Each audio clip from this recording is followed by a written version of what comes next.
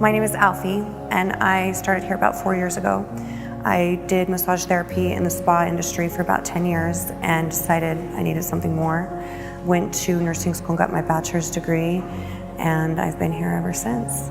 I feel like every day I get to touch somebody's life, at least one person's life, and usually more than that. We have the best of both worlds. We have two amazing surgeons, and then we also have injectables, we have aesthetics.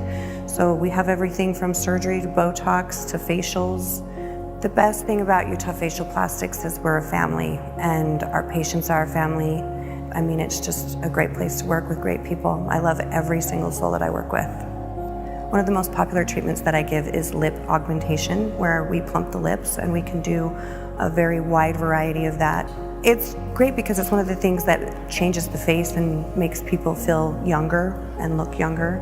One of the really unique things about my training and what I do is that I got to train under Dr. Thompson for about 6 months before I had my own clientele and my own patients, which a lot of people don't have the opportunity to do in this industry, and really helped give me an edge, and I get to work with the best surgeons out there.